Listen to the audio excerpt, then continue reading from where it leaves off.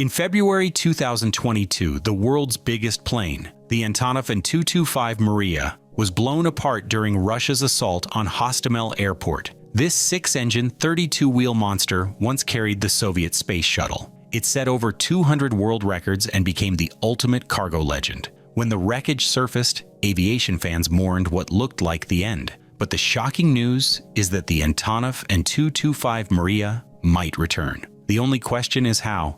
And will this dream of flying the world's largest plane once again come true? Origin and history: the Antonov An-225 Mriya was never meant to be ordinary. From the day its plans were drawn, it was designed to shock the world. The 1980s were deep in the Cold War, and the Soviet Union needed something outrageous. They wanted an aircraft big enough to haul the Buran space shuttle and its massive Energia rocket boosters across continents. Ships couldn't do it fast enough, and trains didn't have the scale. Only a flying giant would work. And so, the dream was born. Engineers in Kiev already had one of the largest aircraft in history, the Antonov An-124 Ruslan. But that wasn't enough for them. To meet Moscow's demand, they had to stretch every limit of design. The result was the An-225. Its structure and design were jaw-dropping. A wingspan of 88.4 meters, making it wider than any jetliner in the world. A maximum takeoff weight of 640 tons,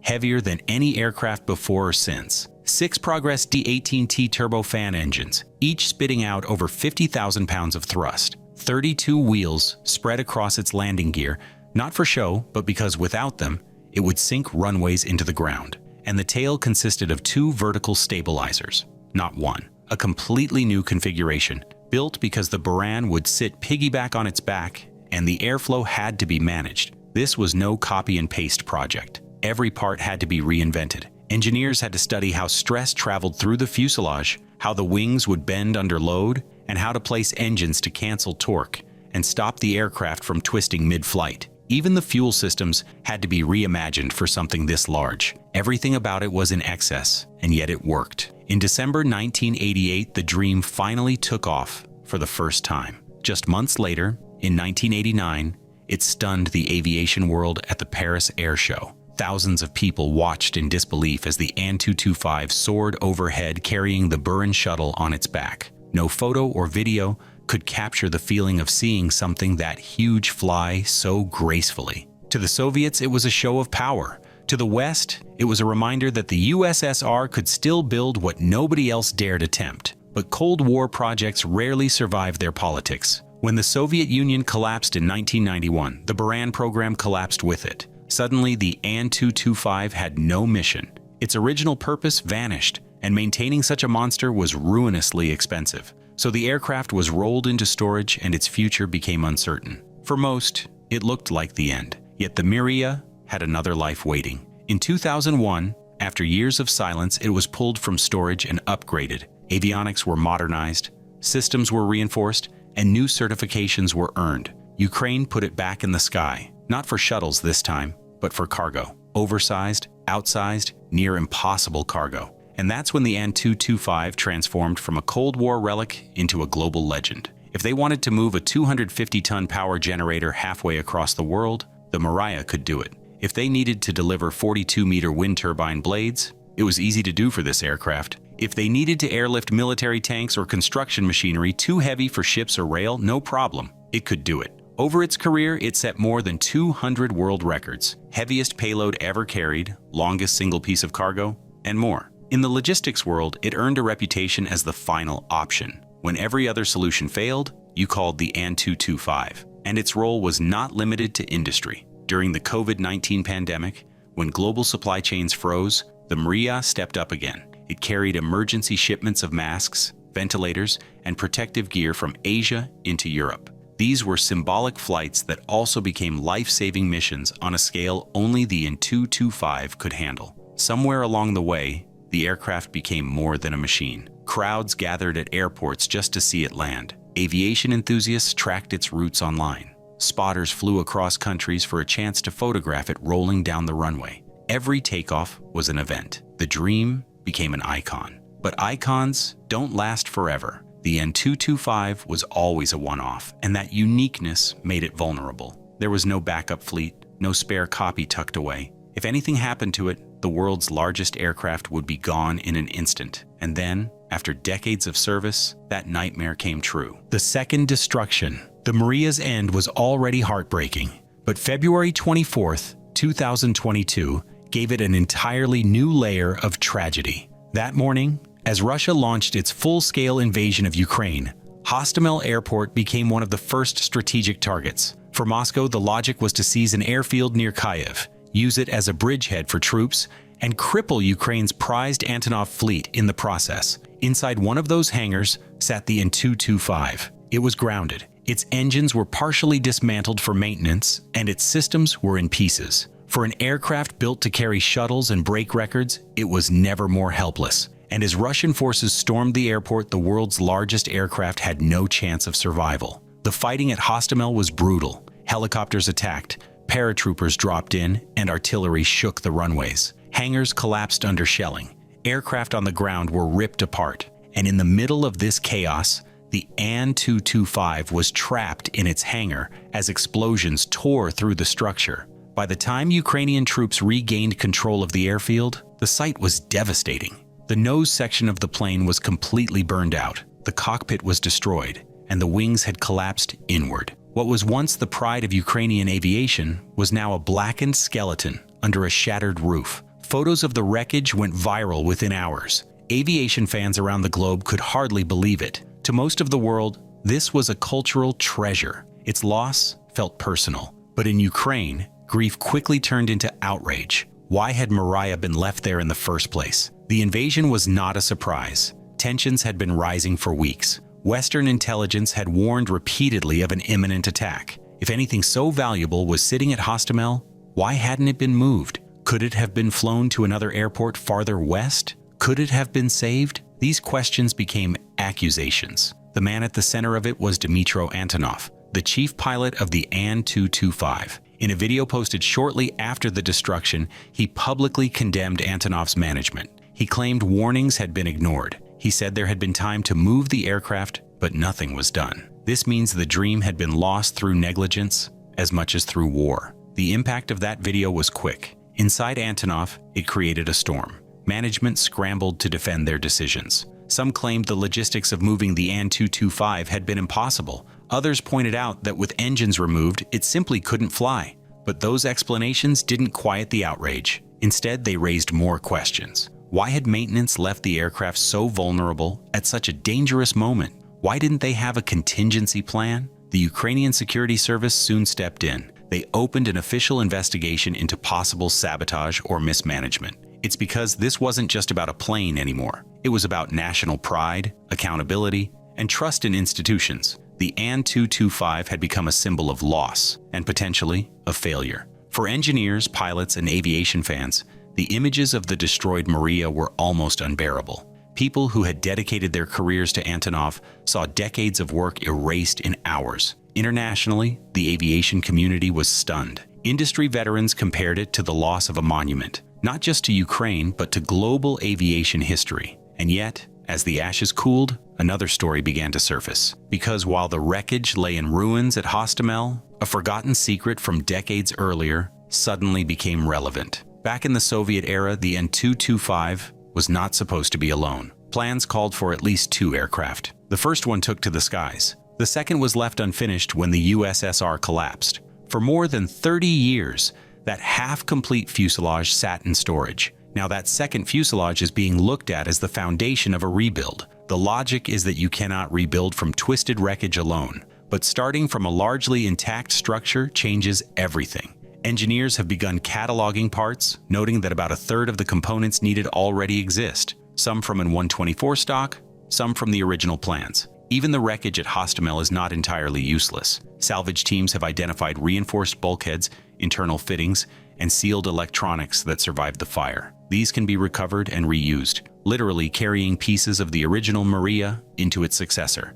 But make no mistake, this is no quick fix. Every salvaged part needs testing. Every piece of the stored fuselage has to be updated to modern standards. And the investigations into how the first aircraft was lost still hang heavy over the entire effort. For many Ukrainians, the question is not just whether the Mriya can fly again, It's whether leadership can be trusted not to make the same mistakes again. Rebuilding the aircraft. The first challenge is how to turn decades-old parts into a modern aircraft ready to fly in today's skies. That's not restoration, that's reinvention. Every nut, every bolt, every line of wiring belongs to a design frozen in the late 1980s. To make it viable now, engineers have to rebuild it for the 2020s and beyond. That means modern engines, new avionics, safer materials, and meeting international regulations that didn't even exist when the original plane first rolled out. But before the hard engineering comes the hardest question: money. Building the largest aircraft in the world once was expensive enough, but rebuilding it in wartime Ukraine is a financial mountain. Estimates put the baseline cost at $500 million just to get it flying. Add modern engines, updated systems, and Western certifications, and the bill balloons to nearly $3 billion. To put that in perspective, that's more than the entire development cost of some brand new commercial airliners. So how do you even begin to cover that? Surprisingly, the push is not coming from a single government or one wealthy sponsor. It's coming from a strange but powerful mix of global support, including aviation fans, tech companies, volunteers, and symbolic gestures that have spread across continents. It started small. Fundraisers appeared online. Engineers shared technical drawings. Hobbyists began building detailed replicas to raise awareness and cash. In Ukraine, startups started 3D printing scale models of the Mriya, selling them worldwide, with each one tied to the rebuild effort. And then came one of the most unexpected contributions: Microsoft. In 2023, the An-225 was added to Microsoft Flight Simulator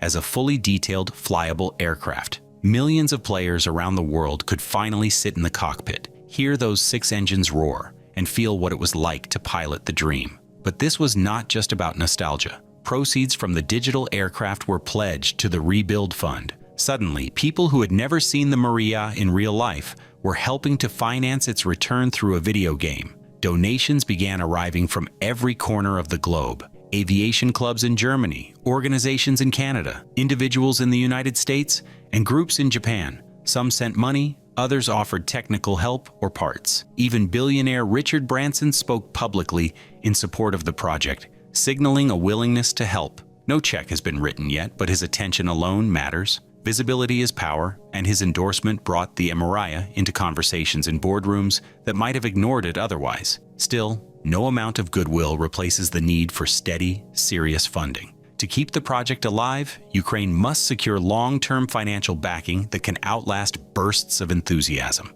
Without it, the rebuild risks stalling halfway, trapped between ambition and reality. And that's just the financial side. The technical hurdles are equally brutal. The original Progress D-18T engines were powerful for their time, but today they're dinosaurs. They burn too much fuel, produce too much noise, and fail to meet modern emission standards. If the Mriya is going to fly internationally, it needs quieter, cleaner, more efficient engines. But swapping them is not simple. New engines mean new pylons. New pylons mean reinforcing the wings. Each change cascades into another redesign, forcing engineers to rethink systems that were once considered finished. And then there's the Soviet complexity. Many original documents were never digitized. Some exist only as fading blueprints. Parts haven't been manufactured in decades. The engineers who built the first An-225 are retired or gone, taking with them knowledge that was never fully recorded. That leaves today's team with a mixture of detective work and reverse engineering,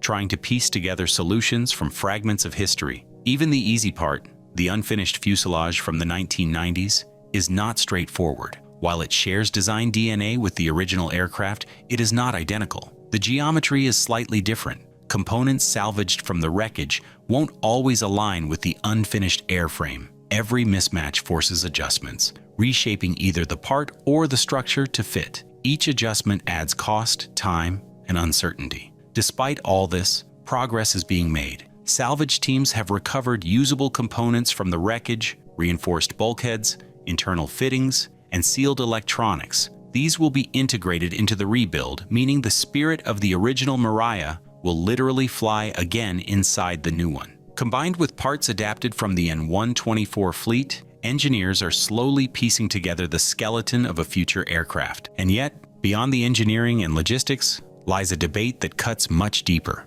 Should Ukraine even be doing this now? On one side stand those who argue the Mriya must return. Engineers, pilots, and civilians see it as a symbol worth saving, a declaration of national pride in the face of destruction. For them, the Mriya's comeback is about identity. On the other side are skeptics. Ukraine's roads need repair. Hospitals are under pressure. Military logistics are stretched thin. In a war where drones, armored vehicles, and artillery decide survival, pouring hundreds of millions, even billions, into a single plane can feel like a luxury. Critics say the money could rebuild cities, restock essentials, or produce weapons that would directly affect the war. But the Ukrainian government hasn't backed down. President Volodymyr Zelensky has spoken about the Mriya project as more than an aircraft. In his speeches, he frames it as resilience in action. To him, the dream is proof that Ukraine doesn't just survive destruction, it rebuilds, bigger and stronger. It's a message not just to Ukrainians, but to the world,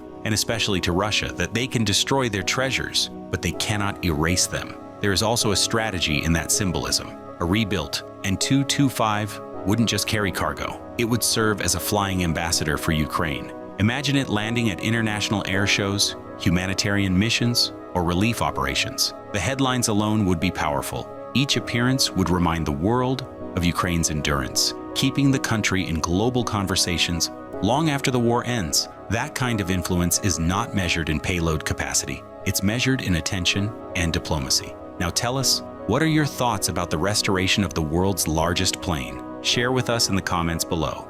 And before you go, don't forget to hit that subscribe button so you never miss the latest aviation updates. We will keep you in the loop. Goodbye for now.